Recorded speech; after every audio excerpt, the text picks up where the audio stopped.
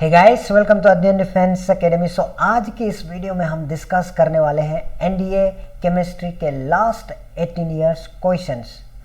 So this video will be like covering the chapter with the help of questions. So इसका मतलब हर एक questions की आपका proper explanation दिया जाएगा और उस क्वेश्चन के साथ जो रिलेटेड कंसेप्ट जो पिछले एनडीए में अगेन पूछा गया उसी के साथ भी आपका प्रॉपर बाउंड्री बताया जाएगा, प्रॉपर एक्सप्लेनेशन बनाया जाएगा, प्रॉपर आपका एक बॉन्ड बनाया जाएगा, प्रॉपर आपका एक लिंक डेवलप किया जाएगा, राइट। सो इसीलिए यह लेक्चर आपके लिए बहुत ज़्यादा इंपॉर्टेंट बनता है। सो आज की लेक्चर हम शुरू करेंगे with the chapter that is the basic concept of chemistry. So आइए फिर शुरू करते हैं पहला क्वेश्चन से, और जरूर बने रहिएगा, हर एक क्वेश्चन इंपॉर्टेंट है और हर एक क्वेश्चन का डेप्थ एक्सप्लेनेशन है। तो चलिए शुरू करते हैं। सो क्वेश्चन नंबर 1 देखिए, यहाँ पर आपसे पूछा जा रहा है कि an oxide of nitrogen, so let me change the colour of the pen first. So यहाँ कह रहा है कि an oxide of nitrogen has molecular weight 30। So what is the number of electron in one molecule of the compound? तो ये question को solve करने के लिए आपको पता होना पड़ेगा ऑक्साइड ऑफ नाइट्रोजन। कहने का मतलब जब नाइट्रोजन ऑक्सीजन के साथ रिएक्ट करेगा तो आपको क्या क्या चीज़ें मिलने वाले हैं। जैसे नाइट्रोजन प्लस ऑक्सीजन जब रिएक्शन होगा ना, तो आपको मिलेगा that is NO, that is N2O, that is NO2, उसका बाद N2O5, N2O3। so ये सारे कंपाउंड आपको मिलेगा। बट हमारा प्री डिसाइडेड कंडीशन ये दिया कि जो पर्टिकुलर आपका कंपाउंड दिया गया और ऑक्साइड ऑफ नाइट्रोजन दिया गया, that molecular mass should be 30। So मैं अगर देखूँ नाइट्रोजन का how much, it is 14 and oxygen का how much, it is 16। So 14 plus 16, how much you are getting? You are getting the atomic number, that is 30. Sorry, again I misspelled, it is atomic number, atomic mass 30। so जो कि आपका atomic weight दिया गया है 30। so इसका मतलब ये है कि हम किसके बारे में बात कर रहे हैं? We are talking about NO। so अभी मालूम है हमें नाइट्रोजन का 7 इलेक्ट्रॉन होता है और ऑक्सीजन का 8 इलेक्ट्रॉन होता है। तो 7 plus 8 will give you 15 electron. So हमारा सही उत्तर है option number B, that is 15 electrons. So I hope this question is clear to you. So हम अब जा सकते हैं आगे। सो यह क्या कह रहे हैं? How many gram atoms of hydrogen are present in 0.04 mole of CuSO4। यहाँ सवाल क्या पूछ रहा है कि हाउ मेनी ग्राम, कितना ग्राम एटम्स ऑफ हाइड्रोजन मिल रहा है हमें, are present in 0.04 mole of CuSO4। So इस क्वेश्चन को निकालने के लिए आपको एक रिलेशन जरूर पता है। If you know the number of moles you can find the mass. So how you can find the mass is you can multiply mole into the molecular mass of that particular compound. Alright. So यहाँ पर हमें किसका पूछा है? Hydrogen. सो पहले हमें ये चीज़ मालूम होना चाहिए कि जो हाइड्रोजन है, how many atoms of hydrogen are present in this case, right? So you can say that is 5 into 2 is equal to 10 moles of hydrogens are here, right? इसमें 10 हाइड्रोजन है। तो इसके लिए हमें मालूम है एक हाइड्रोजन की जो मास होता है, द मास ऑफ और weight of 1 hydrogen is 1 gram per मोल, 1 ग्राम। सो हमारे पास कितने हैं? 10 मोल है। So it will be 10 gram per mole, right? So you can see now easily you can put the formula, then you can calculate. So we can find the mass or given mass, you can say. So how to find this? You can directly multiply number of moles into, so 10 into 1 gram per mole, right? So यहाँ पर how many moles are given to you? The moles given to you are 0.04 moles, right? So इतना दिया गया into 10 into 1 gram per mole, right? So moles and per mole will be cut out and the answer is 0.4 gram. So this is your answer. So the correct answer is option number C. I hope this question is also very much clear to you. तो चलिए फिर आगे बढ़ते हैं question number 3 की ओर। ये आपका रटने वाला क्वेश्चन है, याद रखने वाला क्वेश्चन है, काफ़ी सिंपल क्वेश्चन है। It is telling why is helium preferred over hydrogen, why is helium preferred over hydrogen for use in airships. सो एक बात आप सबको मालूम है, hydrogen is highly reactive element. So as compare to this अगर देखें हम लोग, हेलियम एक केमिकली लेस रिएक्टिव एलिमेंट होता है और केमिकली इनर्ट होता है। Okay, so helium is chemically inert as compare to that of hydrogen, इसीलिए हाइड्रोजन के ऊपर हेलियम को प्रेफरेंस दिया जाता है, राइट। सो आगे बढ़ते हैं next question, that is question number 4। यहाँ के क्या कह रहा है कि 1 लीटर 1 लीटर अननोन गैस दिया गया, जिसका यहाँ क्या कह रहा है, 1 litre of an unknown gas weigh. So 1 litre unknown gas, उसका मास कितना है 1.25 gram at standard temperature. You should remember this. Okay, जब भी स्टैंडर्ड टेम्परेचर एंड प्रेशर होता है, ये बात आपको मालूम होना चाहिए कि 1 मोल ऑफ ए गैस हमेशा ऑक्यूपाई करता है 22.4 लीटर, 22.4 लीटर, और वो हमेशा उसका अपना मॉलिक्यूलर मास के बराबर होता है। ऑलराइट गाइस, सो अब आप देख सकते हैं यहाँ क्या कह दिया कि 1 लीटर जो गैस है उसका मास कितना कह दिया उन्होंने, सिर्फ 1.25 ग्राम। सो क्यों ना हम इसको पूरा 1 मोल के लिए रिलेट करें फिर, राइट। सो हम इसको रिलेट कर सकते हैं फिर 1 मोल के लिए। अगर मैं देखूं तो 1 मोल मीनिंग 1 लीटर इंटू किसके बराबर होगा, दैट इज 1 मोल में 22.4 लीटर होता है, उसके साथ कंपेयर करें तो हम क्या करेंगे 1.25 इंटू इसको 22.4 लीटर से मल्टीप्लाई करेंगे। अगर 1 लीटर का अगर 1 लीटर का इतना ग्राम है तो 22.4 लीटर का कितने ग्राम होगा, अपना मोलिकुलर मास के बराबर होगा, right, which is equal to 28 gram per mole.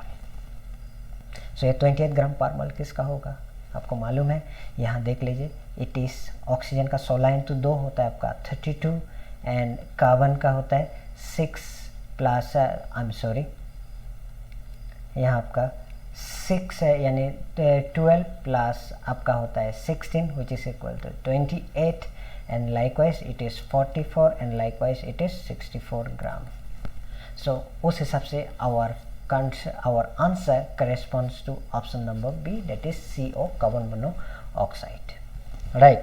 सो अब जाते हैं क्वेश्चन नंबर 5 की तरफ। यहाँ क्या कह रहा है कि maximum covalency of carbon is 6, carbon की जो मैक्सिमम कोवेलेंसी है it is 4, whereas maximum covalency of silicon is 6, and दूसरा ऑप्शन क्या है, the maximum covalency of an element is limited to 6। ये बिल्कुल गलत बात है, ठीक है।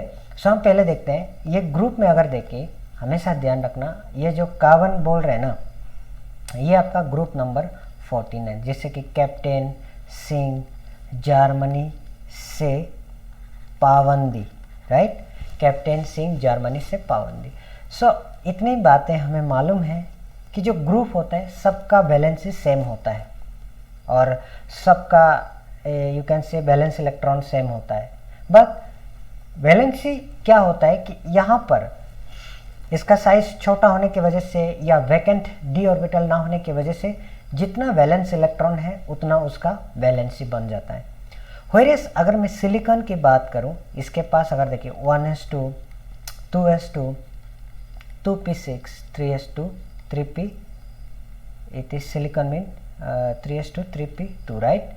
सो हमने electron 10 14 silicon, then 3d vacant D orbital रहने के वजह से इसका ऑक्टेट एक्सटेंड हो सकता है, यानी इसका ऑर्बिटल एक्सटेंड हो सकता है, जिसकी वजह से इसका कोवेलेंसी मैक्सिमम 6 तक जा सकता है by using vacant D orbital. Okay, so इसलिए ये स्टेटमेंट सही है, maximum covalency of carbon is 4 whereas maximum covalency of silicon is 6। But जो ये बात कहा है ये सही नहीं है, क्योंकि आपका कई सारे एलिमेंट दिखेंगे आपको, जिससे मैंगनीज का खुद देखेंगे। सो मैंगनीज का oxidation state there is up to +7, और भी आपका लेंटेनाइट एलिमेंट्स, एक्टिनाइट्स के एलिमेंट्स की अगर बात करेंगे ना, उनका 12, 13, 14 तक उनका कोवेलेंसेस आता है। So therefore this statement is wrong.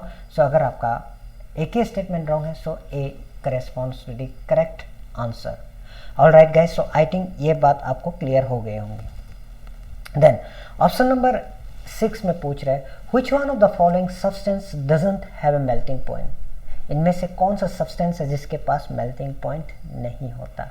सो आपको मालूम है प्लास्टिक एक एमोर्फस सॉलिड होता है, और जो एमोर्फस सॉलिड होता है उसका पास मेल्टिंग पॉइंट नहीं होता। जैसे आपने देखा प्लास्टिक को थोड़ा सा हीट किया जाए, ऐसा होता है, ऐसा होता है, ऐसा, बाद में पूरा मुड़ जाता है, इतना ही बन जाता है, राइट। सो इसलिए जो भी एमोर्फस सॉलिड होता है उनके पास फिक्स मेल्टिंग पॉइंट नहीं होता, इसलिए उनके पास मेल्टिंग पॉइंट होता ही नहीं है, ठीक है। जैसे ब्रोमीन, ऑल्दो ये रूम टेम्परेचर में लिक्विड है, ऐसे भी पूछा गया which among the following is in liquid state at room temperature. So उनमें से ब्रोमीन एंड मर्क्यूरी है। Bromine and mercury they both are liquid at room temperature. So कहीं ना कहीं कुछ एक माइनस टेम्परेचर में, किसी एक टेम्परेचर में तो इनका एक फिक्स मेल्टिंग पॉइंट तो होगा, राइट। बात रूम टेम्परेचर में अगर ये लिक्विड है, बात कहीं टेम्परेचर में सॉलिड तो होगा। बात ये सोडियम क्लोराइड ये भी एक आयनिक सॉलिड है, इसका ऑलरेडी एक फिक्स मेल्टिंग पॉइंट है, ओके। बट ग्लास एक एमोर्फस सॉलिड है, तो जो एमोर्फस सॉलिड है उनके पास फिक्स मेल्टिंग पॉइंट नहीं होता, इसलिए this D is the correct answer. और ग्लास के रिलेटेड और भी क्वेश्चन आता है, ग्लास की दूसरा नाम किससे जाना जाता है, ग्लास के दूसरे नाम किससे जाना जाता है। Glass is also called super cold liquid, right. Glass को किस नाम से जाना जाता है, सुपर कोल्ड लिक्विड। और पूछा जाता है ग्लास की मेजर कंपोजिशन क्या है, it is silica, okay.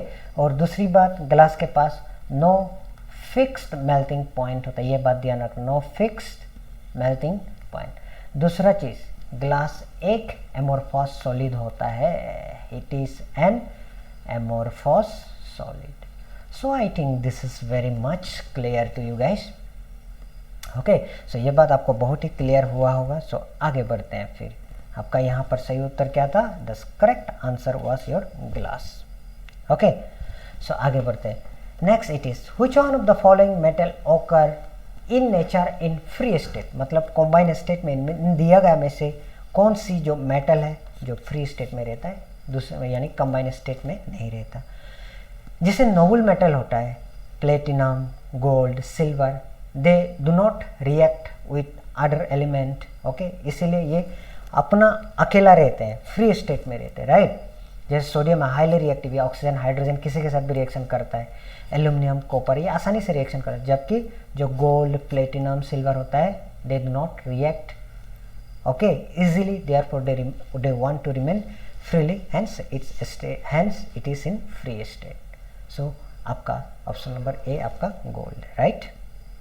Next यहाँ कह रहे हैं कि एक आयनिक कंपाउंड है, देखिए an ionic compound when dissolve in water has produce. एक आयनिक कंपाउंड है, ठीक है, एक आयनिक कंपाउंड है जो जिसके पास एन आयन है और बी एम आयन है, ठीक है। तो पूछ रहे हैं कि इसका फॉर्मूला क्या होना चाहिए, राइट।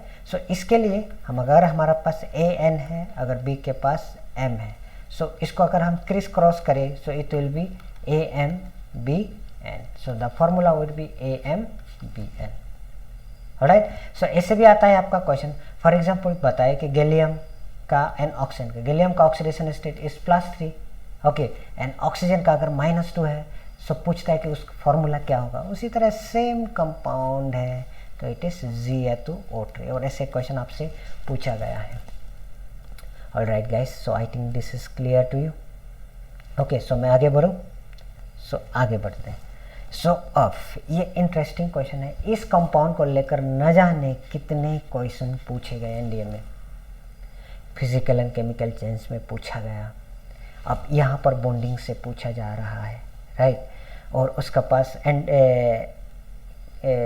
हाइड्रेशन के कितने आपका यह है कि वाटर क्रिस्टलाइजेशन है, उसी के बेसिस पे भी पूछा गया। तो कई सारे इशूज है यहाँ देखना, सॉरी कई सारे क्वेश्चन इसका ऊपर में पूछा गया, राइट। सो अब देखें कॉपर सल्फेट, यहाँ पूछा कि what are the types of bond present in, यहाँ पर कौन कौन से बॉन्ड प्रेजेंट है। सबसे पहले हमारा तरीका क्या होता है पहचानने का, देखना गाइस, अगर हम देखें मेटल और नॉन मेटल, यहाँ पर CuSO4.5H2, सबसे पहले चीज़ यहाँ देखिए कॉपर एंड सल्फेट का बीच में, copper and sulphate. So copper आपका it is a typical metal and it is a non metal. जब मेटल और नॉन मेटल का बीच में बॉन्ड होता है उसको हम कहते हैं आयनिक बॉन्ड, और जब नॉन मेटल का बीच में बॉन्ड होता है उसको कहते हैं कोवेलेंट बॉन्ड। ये आपको ट्रिक्स पता होना चाहिए, ऐसे क्वेश्चन पूछा भी गया तो आपको पता होना है कि आयनिक बॉन्ड जब भी होगा वो मेटल और नॉन मेटल का बीच में होगा, और जब आपकी कोवेलेंट बॉन्ड होगा वो हमेशा नॉन मेटल का बीच में होगा। और जब ऑक्सीजन और हाइड्रोजन यानी इलेक्ट्रोनेगेटिव ऑक्सीजन और उसके साथ हाइड्रोजन हो तो वहाँ पर आपका होता है हाइड्रोजन बॉन्डिंग। एंड उसी तरह जहाँ डॉट में है वाटर क्रिस्टलाइजेशन है वहाँ पर होता है कोऑर्डिनेट बॉन्डिंग। सो कहने का मतलब यहाँ पर आपका मेटल और नॉन मेटल के बॉन्ड होने की वजह से आयनिक बॉन्ड हो गया, नॉन मेटल का बीच में बॉन्ड होने की वजह से आपका कोवेलेंट बॉन्ड हो गया, ये डॉट वाटर क्रिस्टलाइजेशन होने की वजह से आपका ये कोऑर्डिनेट बॉन्ड हो गया, और ऑक्सीजन के साथ हाइड्रोजन होने की वजह से यहाँ पर हो गया इंटरमोलिकुलर H बॉन्डिंग। सो कहने का मतलब option C that is electrovalent, जिसको आयनिक बॉन्ड भी कहते हैं, covalent bond, coordinate bond and hydrogen bonding, सारे के सारे बॉन्ड यहाँ पर मौजूद है। Alright guys, so I think this question is also clear to you. Okay, so ये सारे स्ट्रक्चर है, so I am not going to discuss on it, already मैंने डिस्कस कर दिया, राइट। सो अब यहाँ पर पूछ क्या रहा है कि which one of the following is the correct sequence of the given elements in the increasing order of their reactivity। तो ये चीज ध्यान रखना। तो जैसे जैसे हम जाते हैं फिर, कल, बाहर, आई, अंति, ये आपका कौन सी ग्रुप है, this is the group number 17। जैसे जैसे जा रहे हैं आपका गैस देन आपका लिक्विड देन सॉलिड। सो जैसे जैसे जा रहे हैं इसका फेज क्या हो रहा है सॉलिड, और आपको मालूम है gaseous phase is the most reactive phase, right. तो on the basis of this अगर देखें हम, सो करेक्ट आंसर आपका किसका हो रहा है, the correct answer is going to be कौन सा, फ्लोरीन सबसे ज़्यादा, then chlorine, then bromine, then iodine. So the correct answer is A, क्या कहा है यहाँ पर, increasing order of reactive. So ये सबसे least reactive, then this, then this, then this. So आपका option A is the correct answer for this. Okay, so यहाँ पर आपका स्विच ऑफ होने वाला है एक मेरा कंप्यूटर। सो नेक्स्ट हम कंटिन्यू करेंगे, बस बने रहिएगा। Alright, thank you.